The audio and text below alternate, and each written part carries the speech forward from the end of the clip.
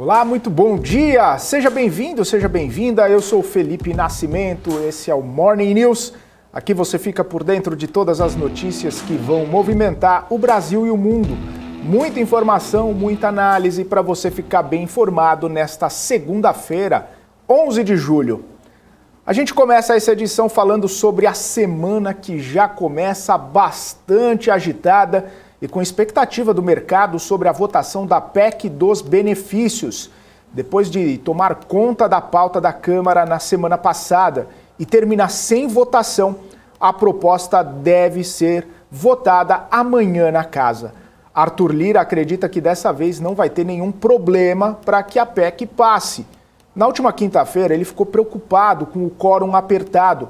Havia 427 deputados presentes na sessão e a proposta precisaria de 308 votos para ser aprovada. A ideia é aprovar rapidamente o texto para que os benefícios já possam ser pagos para a população. A PEC aumenta o Auxílio Brasil de R$ 400 para R$ 600, paga um voucher de R$ 1.000 para caminhoneiros autônomos, aumenta o Vale Gás e ainda separa R$ 2 bilhões do orçamento para benefícios a taxistas.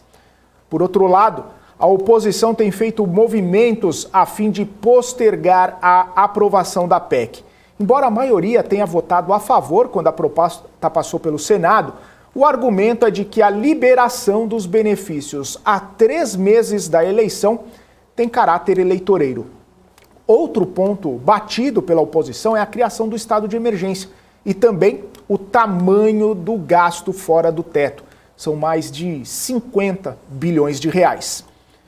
Embora a oposição esteja batendo bastante nessa tecla do teto de gastos e a herança ruim que a PEC possa deixar para o próximo governante a partir de 2023, o ex-presidente Lula não está com o discurso alinhado.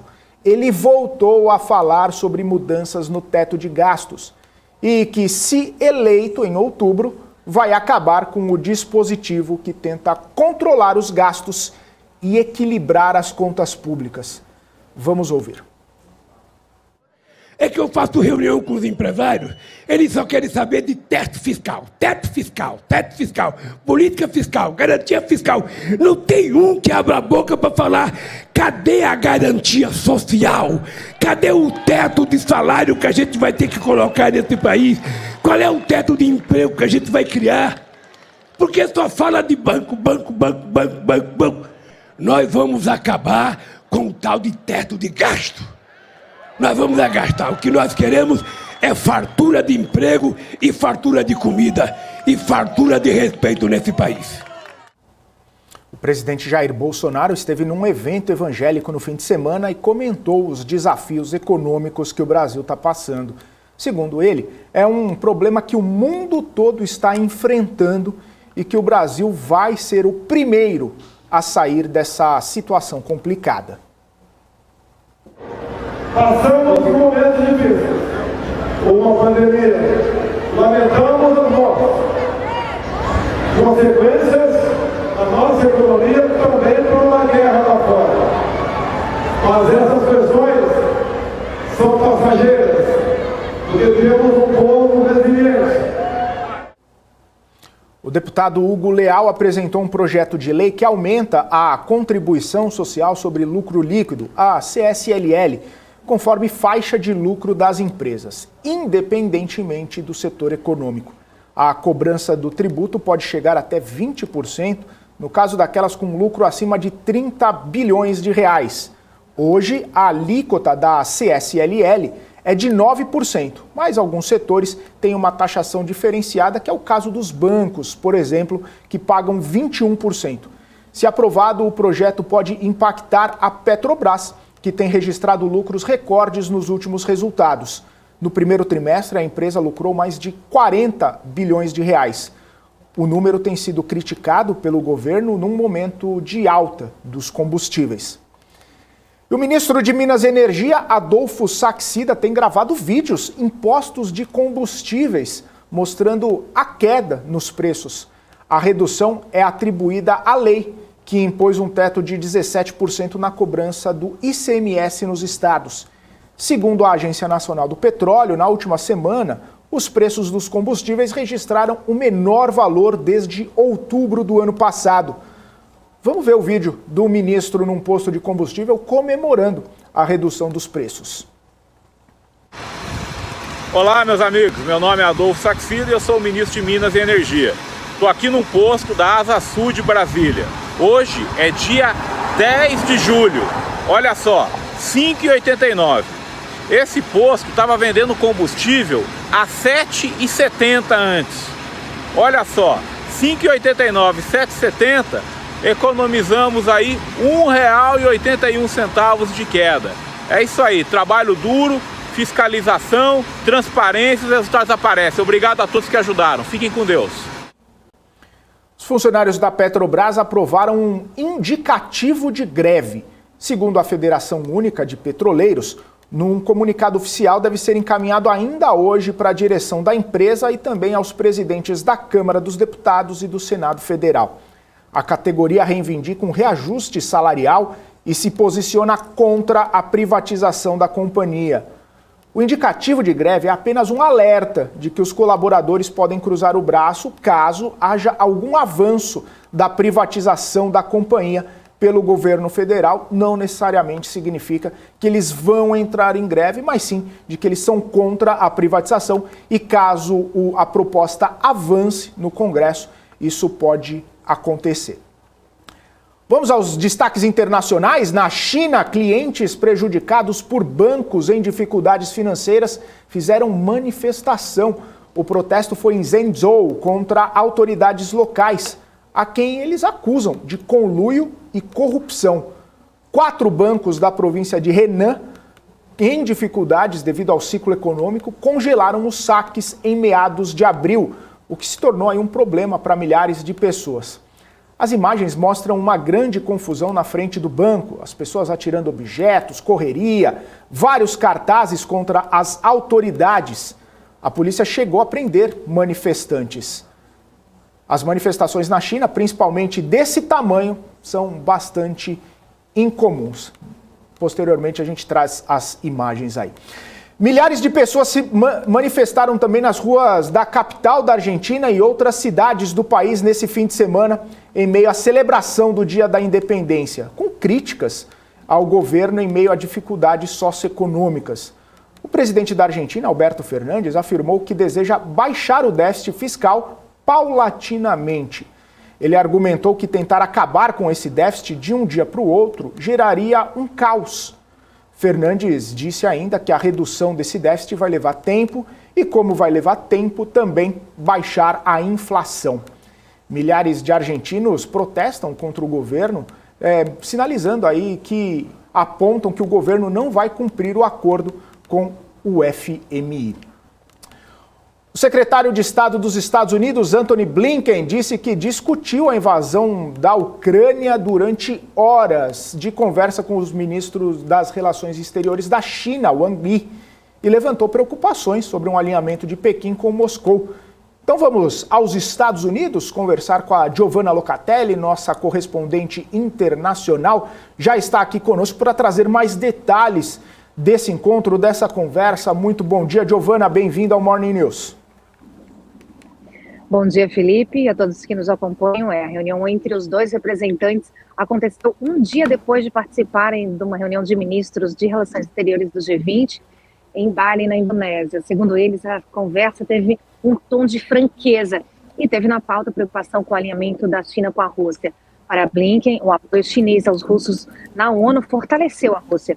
Ele questionou a neutralidade argumentada pela China em relação a esse tema. Autoridades dos Estados Unidos alertaram para as consequências, incluindo sanções caso a China ofereça apoio material de guerra a Moscou. Questionado sobre a sua recusa em conversar com o ministro das Relações Exteriores da Rússia, Sergei Lavrov, no G20, Blinken disse que os Estados Unidos não veem sinais de que a Rússia esteja preparada para se envolver em uma diplomacia significativa, Felipe. Giovana, as ações do Twitter, né? A gente tem falado bastante sobre toda essa movimentação de compra de Elon Musk, não compra Elon Musk, e quem sofre são as ações, né? Caindo 7% no pré-mercado, depois de Musk encerrar aquele acordo lá de 44 bilhões de dólares da compra do Twitter. A rede social, inclusive, diz que vai entrar na justiça para tentar manter aí a aquisição pelo bilionário. Como está sendo essa repercussão da novela de Musk, Twitter, aí nos Estados Unidos, Giovana? Novela mexicana, né, Felipe? Essa queda de 7% das ações do Twitter nos pré-mercados dos Estados Unidos já provocou uma perda de 2 bilhões de dólares em valor de mercado em relação ao preço de fechamento na sexta-feira. As ações da Tesla também caíram.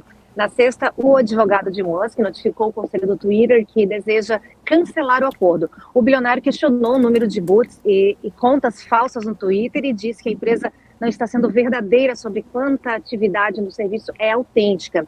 O Twitter, por outro lado, disse que deu a Musk todas as informações necessárias para avaliar a alegação de que as contas eram spams, né, e que representavam 5% dos usuários ativos diários monetizáveis, incluindo o chamado firehose, um fluxo não filtrado em tempo real de tweets diários, né? O presidente do conselho do Twitter disse que a empresa vai entrar, né, deve entrar com essa ação legal no Tribunal de Chancelaria de Delaware para fazer cumprir esse acordo. Musk respondeu nesta segunda-feira ainda por um meme postado, claro, no Twitter, zombando do gerenciamento do Twitter sobre o acordo fracassado. Ele apresenta imagens aí de Musk rindo ao lado de um texto alegando que a empresa está tentando forçá-lo a comprar a empresa no tribunal. Bom, o porta-voz do Twitter não comentou, a empresa não quis comentar o meme, né? Mas claro que vai repercutir.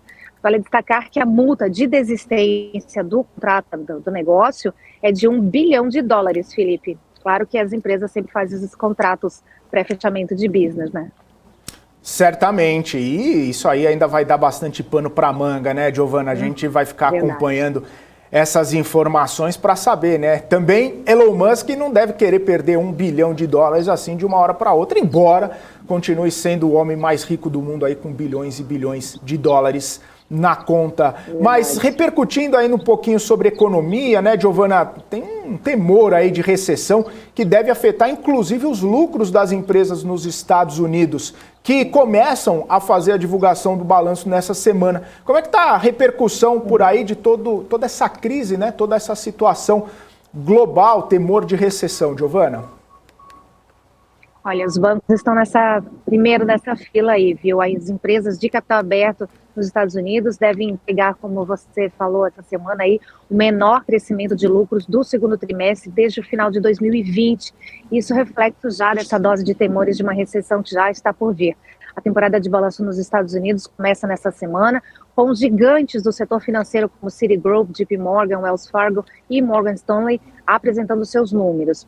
Além desses grandes bancos, a PepsiCo de alimentos e bebidas também vem em destaque aí no setor.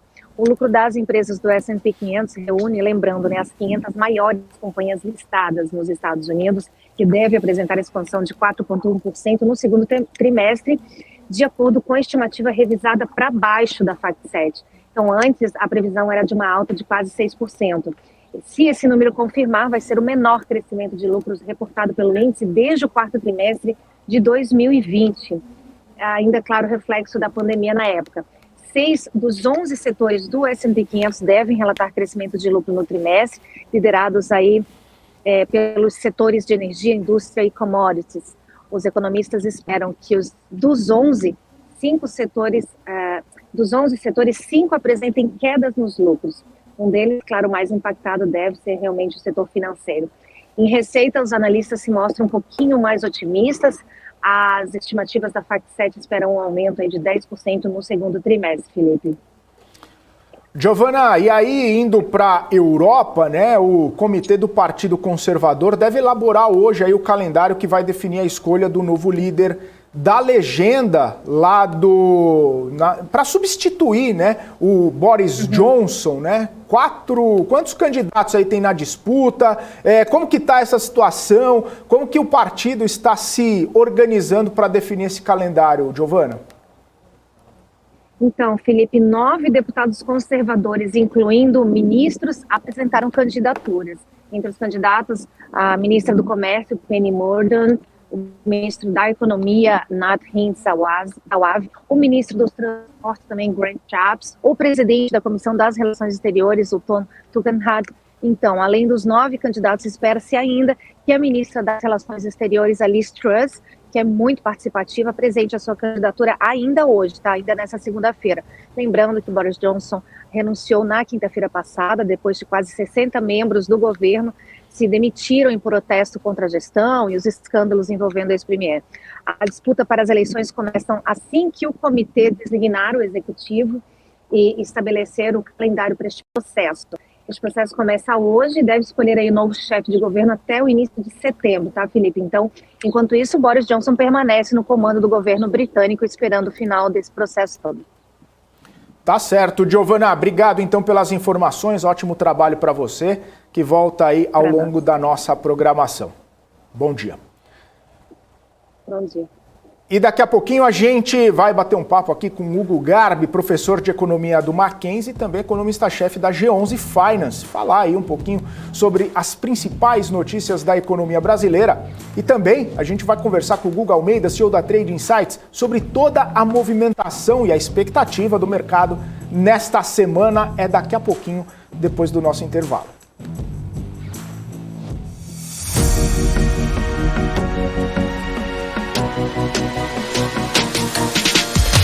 BMC News, informação que gera valor.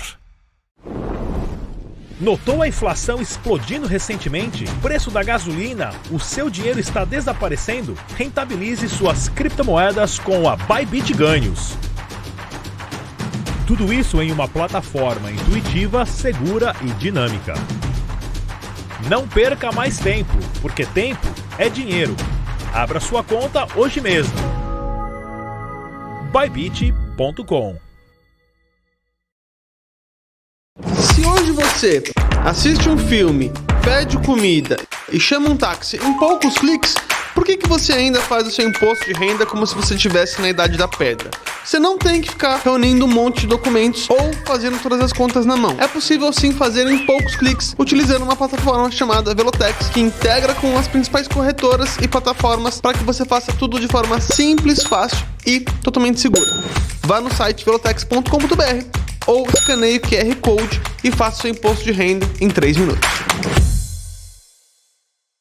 A CapTable é a maior plataforma de investimentos em startups do Brasil que conecta você, investidor, a essa nova economia. Nós selecionamos e avaliamos as empresas em ascensão de forma rigorosa. E você se torna sócio das marcas mais inovadoras e com futuro exponencial no mercado. Invista de forma descomplicada, inteligente e exponencial. Acesse captable.com.br e faça parte da nova economia. Profit, a plataforma oficial da BMC News. Acesse o site e faça um teste gratuito.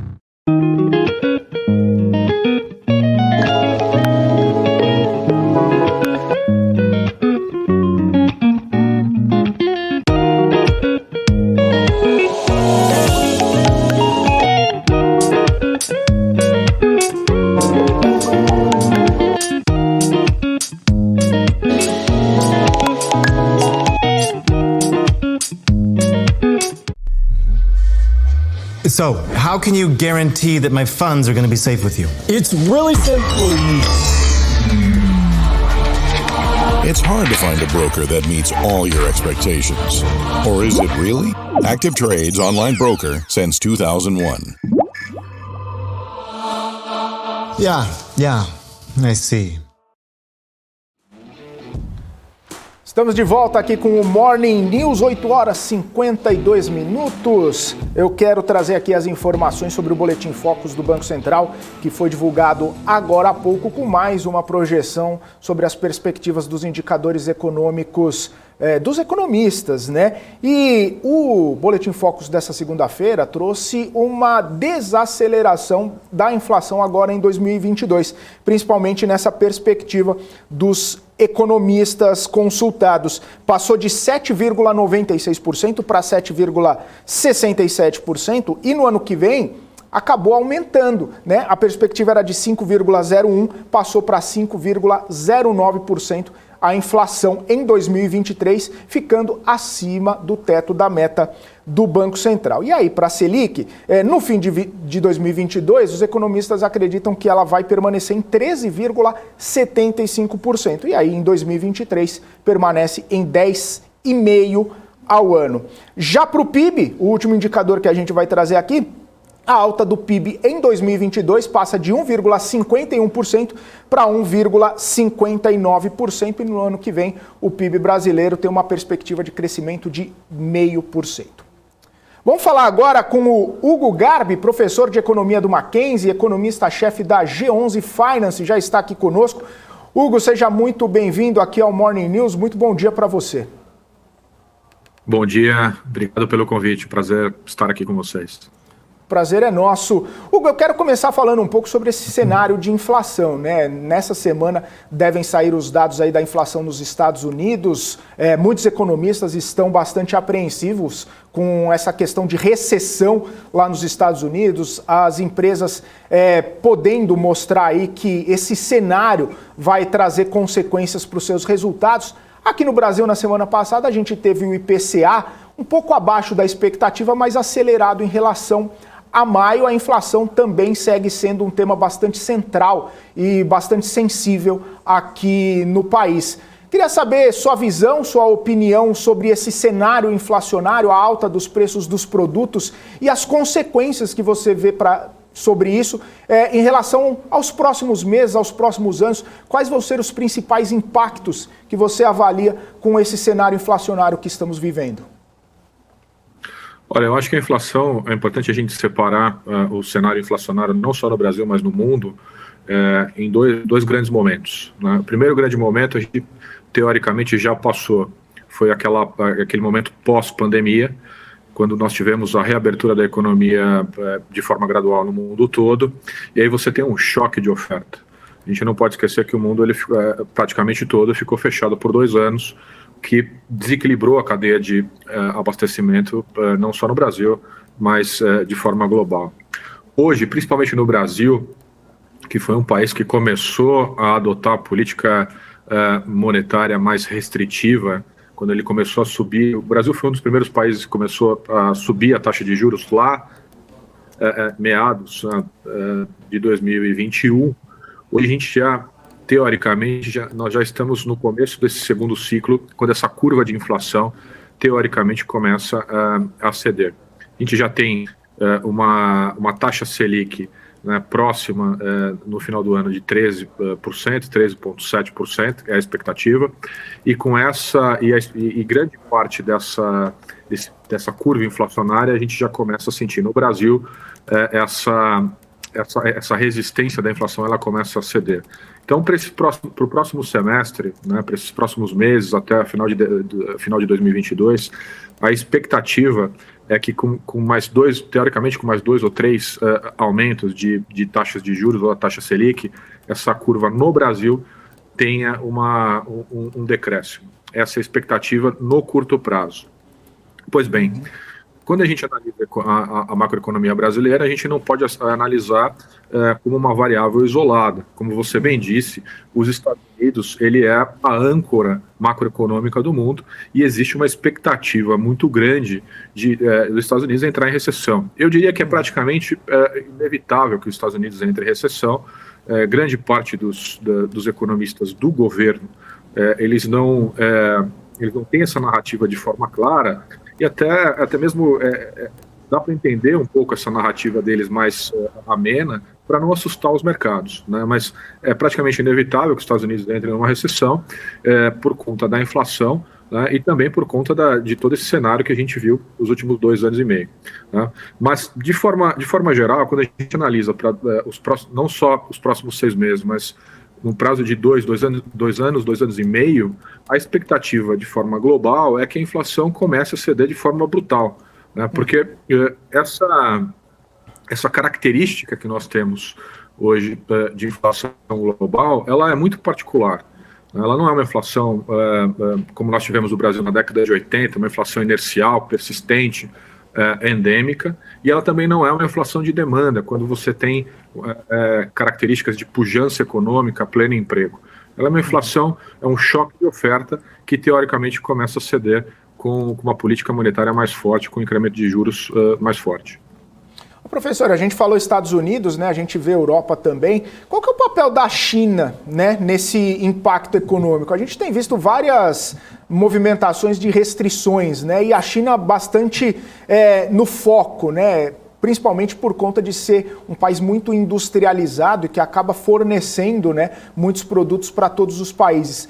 Qual que é o papel da China nessa pressão inflacionária que a gente está vivendo? Olha, a China tem um papel fundamental. A gente não pode esquecer que a China ela é conhecida hoje. A China é o parque industrial do mundo, né? Então, se a gente pegar as grandes empresas, as grandes multinacionais hoje, a Apple, a Microsoft, as montadoras, praticamente todas as empresas, grandes ou pequenas, né, elas têm algum fornecimento de material ou até seus parques industriais na China. Então você imagina que quando a economia chinesa fecha, você está fechando a produção de praticamente toda a cadeia de suprimentos global, né? Então esse é um ponto fundamental para a gente compreender, porque a China, quando ela fecha o seu parque industrial, ela realmente está influenciando no incremento da inflação no mundo todo. Professor, e eu queria destacar, né, uma frase que o senhor falou na primeira resposta sobre o Brasil, que acabou começando esse aperto monetário antes, né, de todos os países do mundo. Principalmente a gente vê Estados Unidos começando agora, nas últimas reuniões, a Europa ainda discutindo se vai fazer algum tipo de elevação das suas taxas de juros. E no fim de semana o presidente Jair Bolsonaro falou que a crise é complicada, é para todo mundo, mas que o Brasil vai sair primeiro dessa crise. Quais os benefícios do Brasil ter tido, né, essa visão, ou pelo menos já saber como é que funciona toda essa pressão inflacionária, toda aquela questão que a gente viu em anos passados, né, as tormentas financeiras que acabaram passando aqui pelo Brasil? Qual que é o impacto disso para frente em benefício do Brasil, né? O Brasil pode se sair muito melhor, pode acabar tendo um protagonismo econômico um pouco mais amplo por conta dessas decisões do Banco Central mais rápidas, no sentido de guiar a economia para tentar reduzir a inflação, aumentar um pouco a contração, né, dos juros? Olha, o Brasil ele foi muito bem no combate à inflação, principalmente em termos de velocidade de tomada de decisão. Primeiro que não só o Brasil, mas grande parte dos países latino-americanos, os economistas latino-americanos têm um know-how, né, já conhecem muito bem o que é a inflação e quão nefasta é a inflação para a economia e para a sua população. Então, nós temos excelentes economistas no Banco Central, no Ministério da Economia, que agiram de forma rápida, porque sabiam que a inflação e a tormenta que a gente estava tendo não era brincadeira, né? Então, o Brasil, sim, teoricamente, ele vai sair mais rápido dessa pressão inflacionária, porque ele começou muito antes, né? Se a gente comparar o Brasil com a Europa, por exemplo, a Christine Lagarde, né, que é a presidente do Banco Central Europeu, ela tem hesitado em incrementar as taxas de juros da Europa, e a Europa mal começou ainda, né, a passar pela tormenta, pelo pico da inflação. Então, a gente fala muito dos Estados Unidos, mas a gente acaba esquecendo da Europa, que eu acho até mais preocupante do que os Estados Unidos, porque a impressão que eu tenho é que eles ainda não acreditaram quão nefasto pode ser o processo inflacionário para eles. Mas, de forma geral, do meu ponto de vista, o Brasil foi muito bem e utilizou todas as ferramentas de política monetária que ele poderia utilizar, e isso tem ajudado, sim, no processo de combate à inflação, comparando com os outros países do mundo. Professor, agora queria falar um pouquinho sobre teto de gastos, né? A gente tem visto declarações, né, tanto do ex-presidente Lula quanto do presidente Jair Bolsonaro sobre esse controle fiscal. No fim de semana mesmo, o Lula falou que vai rever teto de gastos, precisa gastar dinheiro, vai gastar dinheiro caso for eleito em outubro. E da parte do presidente Jair Bolsonaro, a gente vê todos esses gastos que estão sendo colocados fora do limite aí de gastos do governo, principalmente com essa PEC dos benefícios que está tramitando lá na Câmara dos Deputados. Dizem, né, a gente lê bastante coisa sobre o impacto financeiro, o impacto nas contas públicas, o impacto na economia do país que isso pode ter a partir já de 2023, quando acabam esses benefícios, esses programas sociais, né, pelo menos essa injeção de dinheiro que está sendo discutida agora. Quais podem ser as consequências? Qual a sua visão sobre esses gastos acima do teto? Como que o senhor avalia, né, essas movimentações de gastar dinheiro? É uma questão necessária diante de todo esse cenário que estávamos conversando, de recessão, de inflação, de problemas, né, econômicos que assolam o mundo inteiro? Aqui no Brasil, é um gasto necessário? Como que o senhor avalia essa discussão? Olha, o primeiro ponto é que a gente precisa entender e levar a sério é que a economia, né, isso é uma frase muito antiga, né, desde a década de 20, a gente utiliza e é uma verdade, ou seja, não existe almoço grátis na economia. Se você, a gente pode fazer uma analogia com o orçamento das famílias. Você tem um orçamento na sua casa e o gasto público também, ou seja, qual é o orçamento do público? Ele provém dos impostos. Então não tem almoço grátis, você tem de ter um teto de gastos, porque senão alguém vai pagar essa conta. Quem paga a conta no final é a população. Não tem jeito, porque se você estoura, né, se você vai estourar o teto de gastos, de alguma forma você tem que cumprir com aquele seu cronograma, com aquele seu orçamento. Como que você vai cumprir com o orçamento? Incrementando impostos. Quem vai pagar esse imposto? A população. Então a gente tem que dividir esse tema em duas grandes variáveis. Primeiro, estourar o teto de gastos numa economia de guerra, como nós vivemos dentro da pandemia, é uma ocasião excepcional, porque a população não podia trabalhar, estava sem renda, grande parte da população, uma parcela significativa da população passando necessidade, passando fome. Então aí é um ponto, é uma exceção dentro do contexto de forma geral. Agora e eu acho que é válido, né, porque o próprio ministro Paulo Guedes pediu no Congresso a autorização para estourar o teto de gastos, porque ele precisava, o Ministério da Economia injetou na economia brasileira nos últimos 2 anos, só com o auxílio emergencial, 500 bilhões de reais. 500 bilhões de reais é o PIB da Bolívia e do Paraguai juntos, né, é muito dinheiro. Então, esse é um ponto excepcional. Agora, um presidente falar que ele é a favor de estourar o teto de gastos de forma contínua, como uma filosofia econômica, eu fico preocupado, porque isso significa que você não tem limite e que você, inclusive, pode quebrar o país. Até porque, né, professor, os economistas falam muito, se começar a imprimir muito dinheiro e distribuir, acontece mais uma vez todo o processo inflacionário, né? Assim como não existe almoço grátis, imprimindo dinheiro, distribuindo dinheiro, seja de qual forma for, isso aí acaba na outra ponta pressionando a inflação, e aí tem que ter outro tipo de regimento ali para tentar conter a inflação, ou seja, fica nesse círculo vicioso e sempre tendo que fazer algum ajuste aqui e ali.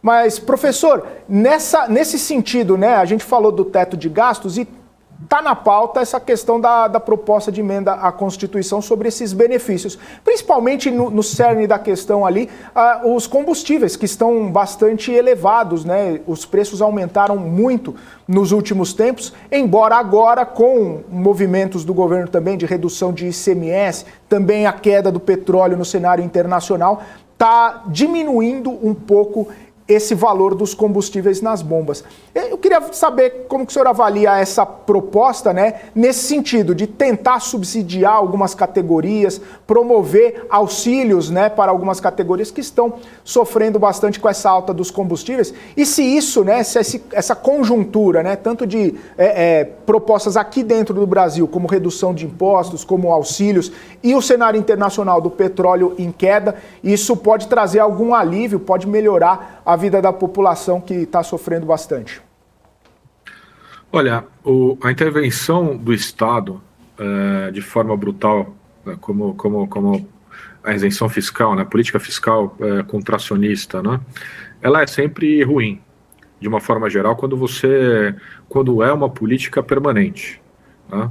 Então, de novo, eu acho que quando você tem uma situação excepcional, como a que nós vivemos hoje, não só no Brasil, mas no mundo, com o incremento do preço dos commodities, com inflação alta, desemprego alto em grande parte dos países emergentes, eu acho válido de forma temporária.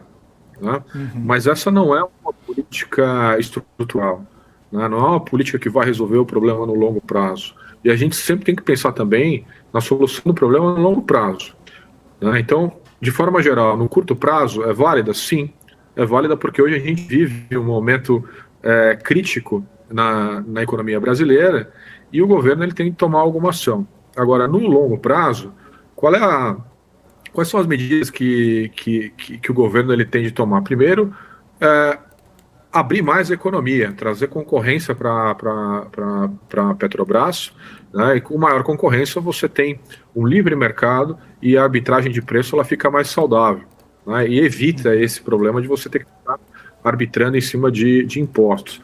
E segundo, tirar o peso do Estado sobre o mercado, né? Porque o mercado hoje, o Brasil hoje ele tem uma intervenção muito forte estatal e a gente já sabe que essa fórmula de intervenção brutal, nefasta do Estado dentro dos mercados, ela não funciona. A gente tem que pegar os exemplos que não deu certo. Olha só o que está acontecendo na Argentina. 50% da população abaixo da linha da pobreza, inflação altíssima, né? Alguns indicadores econômicos piores até do que a Venezuela. A Argentina sempre fez intervenção no mercado, sempre quis congelar preços, sempre quis arbitrar em cima mercadologicamente com as empresas. Isso não dá certo. Então acho que a gente tem que ter uma filosofia de longo prazo e se espelhar naqueles países que deram certo, aqueles países, os países desenvolvidos. Professor, interessante o senhor tocar nesse ponto da Argentina, né? A gente sempre ouve dizer sobre o bloco, né, sobre o Mercosul, os países juntos, se ajudando, tendo relações ali bilaterais, multilaterais, para fazer um bloco forte, um bloco inclusive que faça frente a outros blocos globais e economicamente falando. Como que essa crise na Argentina acaba influenciando na economia brasileira? Como que isso pode trazer alguma consequência negativa aqui para o Brasil, né? A gente sabe de algumas relações Brasil-Argentina, mas esse problema específico no país vizinho pode trazer consequências ruins para o Brasil nesse cenário econômico? Olha, a Argentina é um grande e um importante parceiro comercial do Brasil, né? Se a gente pegar ali a lista de parceiros comerciais que o Brasil tem, vem em primeiro lugar Estados Unidos, China e depois a Argentina. A Argentina é o terceiro maior parceiro comercial em termos de importação e exportação do Brasil. Algumas montadoras do Brasil, elas importam carros argentinos. Nós temos principalmente fábricas de calçados, importa matéria-prima da Argentina, então tem um impacto sim, né? Eu não diria que é um impacto com uma proporção tão significativa a ponto de prejudicar a economia brasileira ou algum indicador, o PIB ou a inflação brasileira, mas tem um impacto sim, tem um impacto social no longo prazo, porque a gente já sente no Brasil, assim como nós tivemos na Venezuela a migração, né, os imigrantes venezuelanos no norte do país, a gente já está sentindo também uma parcela significativa de argentinos chegando no Brasil, né, com uma situação muito complicada em termos humanitários, né, sem emprego, sem renda, sem uma situação difícil. Então, tem um impacto sim no Brasil, não só econômico, mas social no curto prazo. Não diria que no longo prazo não, isso já está acontecendo. Tá certo. Professor, quero agradecer sua participação aqui com a gente. Muito obrigado pela sua disponibilidade. Até uma próxima, ótima semana. Eu que agradeço, uma ótima semana a todos. Um abraço. Um abraço. Falamos aqui com Hugo Garbi, professor de economia do Mackenzie, economista-chefe da G11 Finance. E aí a gente segue aqui com a nossa programação do nosso Morning News, trazendo informações que acabaram de sair numa nova pesquisa eleitoral realizada pelo FSB em parceria com o BTG. Trouxe aqui essa pesquisa dizendo que o presidente Jair Bolsonaro tem 32% das intenções de voto, enquanto o ex-presidente Lula tem 41% das intenções de voto neste primeiro turno. Ciro Gomes tem 9% e Simone Tebet 4%. Eles acabaram oscilando, né? Os dois líderes acabaram oscilando dentro da margem de erro, que é de 2 pontos percentual, e o Instituto avalia que o cenário da disputa do Palácio do Planalto continua estável. Contudo, a diferença entre Lula e Bolsonaro vem caindo. Nesta pesquisa mostra uma diferença de 9 pontos percentuais. Num eventual segundo turno, Lula venceria Bolsonaro por 53% das intenções de voto, contra 37% do presidente Jair Bolsonaro. Essa pesquisa ouviu 2.000 eleitores entre 8 e 10 de julho de 2022, está registrada no TSE com uma margem de erro de 2 pontos percentuais para mais ou para menos. Deixa eu trazer aqui informações, né, sobre petróleo, minério de ferro, bolsas internacionais, porque aparentemente as bolsas começaram o dia mais cautelosas. O mercado financeiro está cauteloso com todo esse risco de recessão que a gente vem conversando, inclusive que o professor Hugo trouxe aí para a gente, além, é claro, da expectativa da inflação nos Estados Unidos. Essa semana é uma semana que tem bastante, né, movimentação em relação à inflação e também tem o livro bege. O livro bege lá nos Estados Unidos é divulgado pelo Federal Reserve, que é um compilado ali de informações sobre os dados econômicos nos Estados Unidos. Depois de um payroll bastante forte, né? Até mesmo o presidente Joe Biden falando que a economia norte-americana está muito forte, muito resiliente. Mesmo assim, mesmo com praticamente pleno emprego, apenas 3,6% de desemprego nos Estados Unidos, esse risco de recessão, esse risco de inflação alta e de juros mais altos também, isso está pressionando, né, a economia lá dos Estados Unidos. E aí a gente vê que o minério de ferro fechou em 3,3% caindo nesta madrugada lá no porto de Dalian, na China. E o petróleo segue num ritmo de baixa, caindo 2,24%, o petróleo Brent caindo 2,74%, o petróleo WTI. Nas bolsas internacionais, as bolsas europeias estão todas caindo. Praticamente o DAX na Alemanha e CAC na França caindo 0,6%. FTSE no Reino Unido está estável em 0,02 negativo. Os futuros dos Estados Unidos, do Dow Jones, cai 0,53%. O futuro do S&P cai 0,67% e o futuro da Nasdaq caindo aí 0,87%. O futuro do Brasil está caindo 0,88% agora às 9 horas e 16 minutos dessa segunda-feira. E agora eu quero trazer aqui o Guga Almeida para comentar um pouco sobre esse cenário cauteloso, aversão ao risco, segunda-feira para baixo nos mercados internacionais, todo mundo de olho nessa recessão. Guga, muito bom dia para você, bem-vindo mais uma vez aqui ao Morning News, ótima segunda. Como que você está vendo essa cautela do cenário internacional dos investidores? Guga, bom dia mais uma vez. Bom dia, Felipe, bom dia, pessoal. Pois é, né? O mercado, mais uma vez, com cautela, seguindo aquela nossa compreensão de que não tem força para os preços se manterem em uma tendência de alta. A gente está tentando ver se o mercado consegue fazer um fundo nessa região dos 100 mil pontos no nosso Ibovespa, e a briga está forte, né? Porque tem uma turma que entende que os ativos eles estão, de certa forma, descontados, eles estão baratos, né? E tem uma turma que entende que não. Olha, a gente tem que enxergar que nós estamos no período aí que se tem uma expectativa de recessão, isso tira o ânimo, tira o apetite por risco, pelo menos por um período de tempo, e a gente tem que aceitar isso. E quando passar esse movimento, né, quando passar o pior, aí sim vale a pena a gente voltar a buscar compras, ou se por um acaso os ativos conseguirem se desvalorizar a ponto que tu fale, não, mesmo com recessão, aqui está barato e a gente vai ter um estímulo novamente forte de compra. Acaba que, no curto prazo, né, Felipe, a gente acaba tendo aquele movimento de muita gente posicionada, então quer olhar para o lado do copo meio cheio, eu acho super válido, eu sou um cara que busca sempre olhar para o lado do copo meio cheio, mas também a gente tem que entender o contexto, né, e o contexto ele desestimula o apetite por risco, infelizmente. Uhum. Eu vejo aí muita gente comentando já na internet,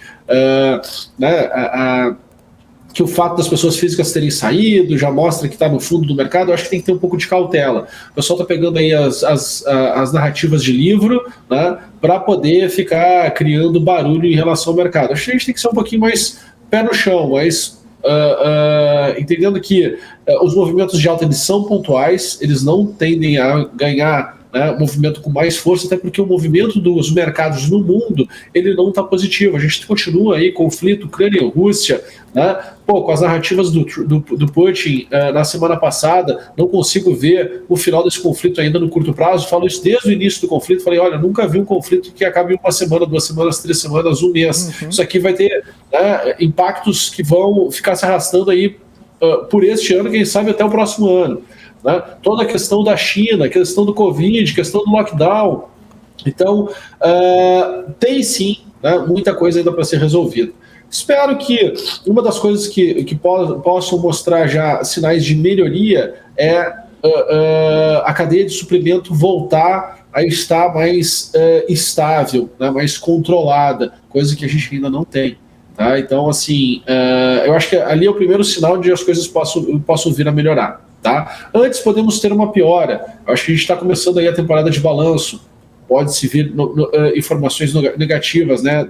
Dados que vão impactar negativamente os mercados. Então, também vale a pena ficar olhando até por causa desse nível de preço que nós estamos. Quando eu olho lá para fora, olho Nasdaq, S&P, Dow Jones, ainda tem muito espaço para uma correção. Nós não voltamos nem para o preço ainda de janeiro de 2020, que foi aquela máxima antes da pandemia. Tá? Então tem espaço sim para as bolsas caírem mais, mesmo que tenham caído já o que caíram. Tá? Então é uma questão de ficar acompanhando. Tu sabe muito bem, né, Felipe? Tu me acompanha já há bastante tempo. Quando eu estou enxergando aqui sinais de que o mercado pode de fato melhorar, eu fico muito otimista e fico falando só sobre o otimismo. Quando eu estou enxergando que as coisas elas mudaram de cenário, mudaram de contexto, eu tento ser o mais próximo da realidade possível. A realidade, só com o passar do tempo a gente vai ver o que de fato vai acontecer, mas eu tento, né, ficar interpretando aqui o que o mercado está fazendo momento a momento. O Guga, você tocou no assunto aí dos balanços, né? Começa lá nos Estados Unidos, aqui no Brasil também começa. Esses indicadores, né, esses números das empresas devem mostrar, né, essa queda aí de lucro, queda de receita, apreensão, né, com o cenário de inflação, às vezes consegue, às vezes não consegue repassar. Isso, ao longo, né, de toda essa temporada, deve se traduzir em preço também nos mercados, nas bolsas, principalmente aqui no Brasil, se a gente for olhar, né, o pessoal no chat falando assim, até a eleição deve chegar a 80 mil pontos, alguma coisa assim. Então, é possível que a gente comece a perceber toda essa mudança, inclusive na narrativa que você falou aí, de ser mais cauteloso. Isso é importante acompanhar os resultados para pegar essa percepção das empresas e aí ver também se vai trazer essa força, esse apetite, essa vontade, né, do investidor de de correr um pouco mais de risco? Eu acredito que sim, Felipe. Eu acho que, apesar de a gente estar no processo de correção aqui nas nossas bolsas, a gente não teve aqueles exageros de comportamento dos preços como a gente tem em momentos de fato de quedas fortes, né? E que o mercado diz, opa, deu ruim mesmo, né? Deu um problema generalizado. Eu ontem estava conversando com alguns amigos, né? E aí me questionaram, tá, mas o que tu está enxergando? Eu perguntei assim para eles, assim, vocês viram já algum lockdown do ano passado para cá? Aí algum lockdown, não, algum circuit break, desculpa, né? Vocês viram algum circuit break do ano passado para cá? Não. Pois é, então tu acha que essa queda já chegou no momento que de fato de uma capitulação, ou no momento de medo, de pânico, algo do tipo? Aí ficaram me olhando assim. Pois é, se a gente for ler o sentimento do mercado, né, eu acho que essa queda ela tortura o mindset do investidor, porque ela é aos poucos. Então tem muito tempo que fica pensando e fica dizendo, puxa, mas as coisas não reagem, e aí as pessoas ficam comparando, né, quanto elas estariam ganhando de dinheiro não tomando risco e quanto elas estão perdendo de dinheiro na bolsa. E aí isso, quando tu olha para, claro, né, quem olha para commodity não está enxergando, não está com esse sentimento, mas quem estava vivendo, né, expectativa de crescimento do Brasil, expectativa de crescimento do consumo, aí se posicionando em empresas de varejo, que dependiam de crescimento de Brasil mesmo, as pessoas estão tomando uma ré federal, né? Então, se tu for olhar aí, inclusive para os fundos, né, estão apanhando mesmo, estão caindo em 25%, 30%, 35%, é muita coisa, né? Se tu for analisar assim, é muita coisa, né, de correção. Então, tem aquela sensação de que, como está doendo muito, que a correção poderia estar no final. E aí tu tende a buscar o quê? Dados, informações que justifiquem por que tu está certo e não errado, né? Tu quer te apegar em alguma esperança, normal. Só quando a gente olha por outros ângulos, né? Vamos lá. O mercado caiu ano passado, caiu esse ano. Teve algum exagero? Teve algum circuit break? Que nem a gente teve em 2008, 2020.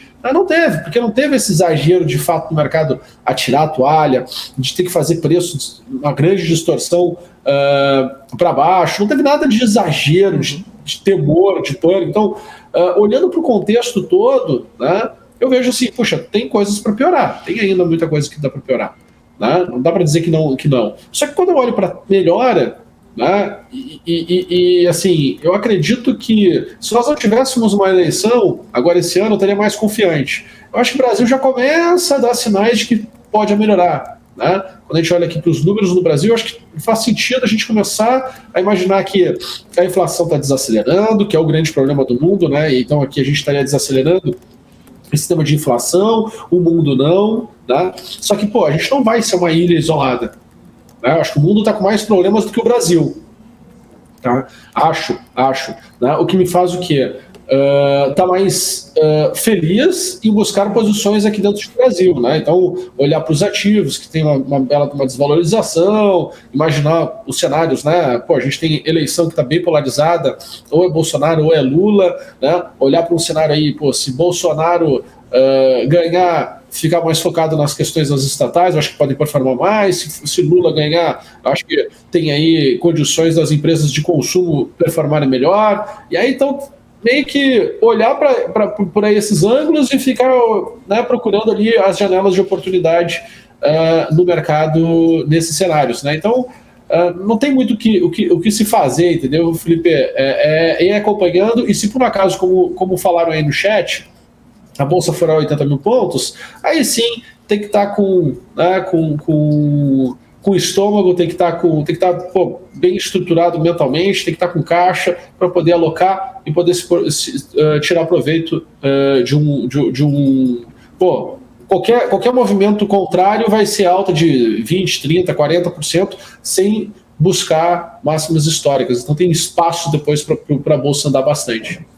Fechou. Ô Guga, dá uma olhadinha então no gráfico para a gente ver as projeções para essa segunda-feira também. Alguma perspectiva para a semana ali, o que você está projetando? Vamos lá então, deixa eu compartilhar aqui na tela com vocês. Enquanto eu compartilho aqui minha tela, lembrando que hoje a gente tem programa Insights, né, Felipe? No final do dia tem uma entrevista aí bem bacana. Toda segunda-feira tem uma entrevista com algum convidado. Então, Hoje convido o pessoal às 6 horas da tarde a assistir ao nosso programa. Bom, o que eu enxergo aqui, tá, Felipe? Nós tínhamos espaço para vir aqui no Ibovespa Futuro, né, até esse 102.600, que eu falei semana passada. De fato, o mercado chega lá, tá? E quando chega nesse patamar, ele começa a apresentar divergências nos indicadores. Tá? Então, quando eu puxo aqui meu indicador, ó, a gente olha aqui para o topo, tá? Saindo um pouco mais no tempo gráfico, ó, olha como o mercado ele já apresentava, né, sinais de fraqueza, sinais de cansaço aqui no topo. Né? Enquanto o preço fazia novas máximas, ó, o indicador ele já não acompanhava mais. Então ele já mostrava, opa, depois desse repique que se teve, tinha espaço de fato para poder corrigir. Tá? Então, onde nós temos hoje uma projeção, tá? Onde eu consigo enxergar aqui que o movimento tende a acontecer? Tá? Então, é importante que a gente olhe aqui a estrutura, nossa estrutura aqui de referência, tá? Então aqui corrigiu na região, né, de 25% aqui, tá? Então, os meus objetivos, ó, já abriu, que era a região de 50%, que é aqui nos 100.670, já está abaixo. Então, a sequência, ó, é para vir aqui os 99.800, isso do índice futuro, tá? Depois, Felipe, depois dessa região, as coisas tendem a ficar muito negativo, tá? Então, 99.800, ele acaba sendo o divisor de águas dessa semana. Tá? 99.800 acaba sendo o divisor de águas da semana. Se perder esse patamar de preço, vamos ver o mercado vir buscar os 96.100 pontos novamente, tá? 96.100 pontos, que, querendo ou não chegou ainda, né? Mas seria uma nova mínima em relação ao que se comportou semana passada. A gente iria buscar, né, essa região aí próxima dos 90 mil pontos, e aí acredito, Felipe, que as coisas tendem a piorar e piorar bastante, tá? Eu acho que não teríamos suporte nesse nível de 96 mil pontos. Eu acho que aí o mercado tem condições de, quem sabe, acelerar essa movimentação para ir buscar o que nosso telespectador aqui estava comentando, né, essa região dos 80 mil pontos. Tá certo então, Guga, fechou. E ótima semana aí para você, boa segunda-feira, bom insights no fim da programação aqui da BMC News e bons negócios também, Guga, que a semana tá só começando. Valeu, Felipe. Desculpa ter dado uma notícia não tão positiva, te deixei um pouco desestimulado, deu para ver no tom da voz, né, no ar, assim, de preocupação. Né? Diminua a tua alavancagem financeira, não vai com muita sede ao pote, né? Não dá bola para tudo que dizem e vamos lá, vai dar certo, no final vai dar certo. Não, pode deixar, eu sempre ouço Guga Almeida no Morning News, a posição está bastante protegida. Valeu, Guga, abraço para você, abraço. Até a próxima. Tchau. Isso aí, conversamos com o Guga Almeida, CEO da Trade Insights, todas as manhãs aqui trazendo os principais movimentos do mercado financeiro, suas perspectivas. E também segunda-feira tem Insights com o Guga Almeida, logo depois do Top News. E agora a gente vai a Brasília conversar com a Kelly Ecali, porque é uma semana bastante agitada, bastante movimentada. O Congresso inicia a semana com apreciação de vetos, uma sessão marcada agora, 3 horas da tarde. Kelly Ecali, muito bom dia para você. Bem-vinda ao Morning News. Quais os destaques, né, dessa semana movimentada e dessa sessão, começando 3 horas da tarde. Bom dia para você. Oi, Fê, bom dia a todo mundo que está acompanhando o Morning News. Então, mais tarde, né, às 3 horas, o Rodrigo Pacheco realiza uma sessão conjunta do Congresso Nacional aqui na Câmara dos Deputados, né? Antes, viu, foi só para a gente observar, antes você tinha 2 sessões separadas, né? Uma sessão acontecia na Câmara e logo depois uma sessão aqui no Senado. Enfim, você tinha ficava tendo essa alternância, né? Mas hoje não. Hoje vai ser todo mundo junto aqui, deputados e senadores, assim como também da última vez, né? Rodrigo Pacheco, então, sai do Senado e vem aqui para a Câmara para presidir a sessão, certo? Ainda não tem acordo do que de fato vai ser derrubado e do que de fato não vai ser derrubado. Em geral, essas sessões, viu, até por uma questão, Fê, de economias de tempo, essas sessões elas acontecem já com um acordo proposto. O que é que vai ser votado em bloco, o que é que vai ser derrubado, o que é que vai ser mantido, né? Enfim. Então, você tem essa sessão para acontecer, mas ainda assim esse acordo previsto. Na última sessão, você teve um acordo, por exemplo, ali de última hora. Vamos lembrar que a última sessão, que foi na semana passada, foi uma sessão que teve muita pressão social, sobretudo da área da cultura, né, para derrubar os vetos do presidente Bolsonaro em torno da Lei Aldir Blanc, da Aldir Blanc II, e também da Lei Paulo Gustavo. Então, houve uma pressão muito grande do setor cultural, a gente cobriu isso, inclusive, eles na espera ali da reunião de líderes, né, que estava decidindo o que ia ser derrubado, o que não ia, enfim. Então, muito provavelmente vai ter todo esse clima também aí de tensão em torno do que vai cair, do que vai ficar. Isso porque, como eu disse, não existe um acordo ainda. Como disse o Rodrigo Pacheco, quando anunciou que haveria ainda neste semestre essas sessões do Congresso para que não fiquem acumulados vetos para se apreciar, né? Se não tiver acordo, vai no voto, tá? Mas muito provavelmente o governo vai querer fazer um acordo e a oposição também, porque de alguma forma se beneficia, troca uma derrubada por uma aprovação de matéria e assim vai se fazendo a política, né? Funciona desse jeito essa coalizão aí entre oposição e governo para que possam se derrubar algumas pautas, no caso da sessão do Congresso, né? Ou mantê-las, né? Vai depender da conveniência, muito também voltada à população. A gente então não tem ainda de fato qual acordo que está sendo feito, mas mais tarde, muito provavelmente antes da sessão A3, é bem provável que tenha, ou então vai acontecer o que aconteceu da última vez, viu, Fê? Mais uma vez, o acordo vai ser dentro do plenário ali com uma sessão bem tensa, tá? Volto com você aí no estúdio. Tá certo, Kelly. Só pra gente deixar o pessoal na mesma página, é praticamente a última semana antes do recesso parlamentar, então praticamente tudo tem que se resolver nessa semana, que senão complica a vida dos deputados que vão sair desse recesso, né? Então tudo tem que ser avaliado, tudo tem que ser conversado e de repente até votado antes do recesso para que não atrase ou atrapalhe o andamento desse recesso. E aí, né, é praticamente impossível disso acontecer, né, de não ter recesso. Mas é uma semana bastante agitada. Em tese, Fê, inclusive a própria Constituição prevê isso, o recesso ele só pode começar depois de deliberado, no caso do meio do ano, o projeto de lei de diretrizes orçamentárias, tá? Então o governo enviou para cá no prazo esse projeto de lei que fala ali de recursos, já destina minimamente emendas, né? Essas emendas são divididas por áreas para cada ministério, enfim. Então, em tese, o Congresso Nacional só pode começar o recesso caso haja apreciação desse PLDO, tá? O recesso, então, é para começar no domingo, em tese, mas na prática, se tudo for apreciado até a sexta-feira, começa na sexta-feira. A questão é que para essa semana ficaram pautas importantes, para além dessa apreciação aí da PLDO, você tem também a apreciação de vetos, porque tinham muitos vetos acumulados, né? Não se estava conseguindo chegar a uma sessão ali de coerência, uma sessão de harmonia para derrubar ou manter vetos, então ficou também para essas últimas semanas, alguns vetos, como eu disse, foram apreciados semana passada, outros ficaram para essa semana, e além disso tem a PEC do estado de emergência, a PEC lá do pacote de bondades, enfim, que o Lira, que é presidente da Câmara, Arthur Lira, ele não sentiu segurança para votar na última quinta-feira, né, para não perder na matéria, ou seja, para não engavetar a matéria caso não alcançasse os mínimos de votos, que são 308, ele achou melhor deixar em stand-by e retomar a sessão para essa semana, né? Então, muitos acordos estão sendo costurados também para se votar, se chegar ao mínimo necessário dessa proposta de emenda constitucional, porque depois que se vota o texto base, se votam também os destaques. E aí, o presidente da casa, quando tem interesse na matéria, ele tem que ter cuidado, porque precisa vencer destaques importantes também. Para isso, ele precisa garantir num grande acordo que, de fato, tenha votos tanto para o texto principal, que é o texto básico que a gente chama, como também para os destaques. Mas aí é assunto para a gente acompanhar amanhã e também ao longo do dia como estão as negociações, viu, Fê? Volto com você aí. Tá certo, Kelly. Acompanharemos ao longo do dia e da semana, né? Todos os principais destaques aí de Brasília.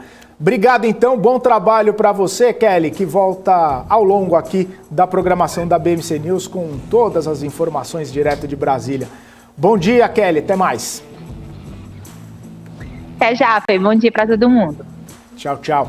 É isso aí, pessoal. 9h36. A gente vai se encaminhando aqui para o final do nosso Morning News com os principais destaques, as principais notícias para você ficar muito bem informado logo no comecinho do dia, os principais destaques, movimentações, tudo que acontece na política, na economia e no mercado financeiro com os nossos convidados e também especialistas aqui no nosso Morning News. que volta amanhã, a partir das 8h30 da manhã, com esses principais destaques. Não se esqueça de se inscrever no nosso canal do YouTube. Somos mais de 341 mil inscritos. Se inscreva lá e curta também os nossos vídeos e todos os nossos conteúdos que estão diariamente disponíveis lá no YouTube. Eu vou ficando por aqui, volto amanhã a partir das 8h30 no nosso Morning News e você fica agora BMC News, comandado pela Paula Moraes e todo o time aqui da BMC. Forte abraço. Tchau, tchau.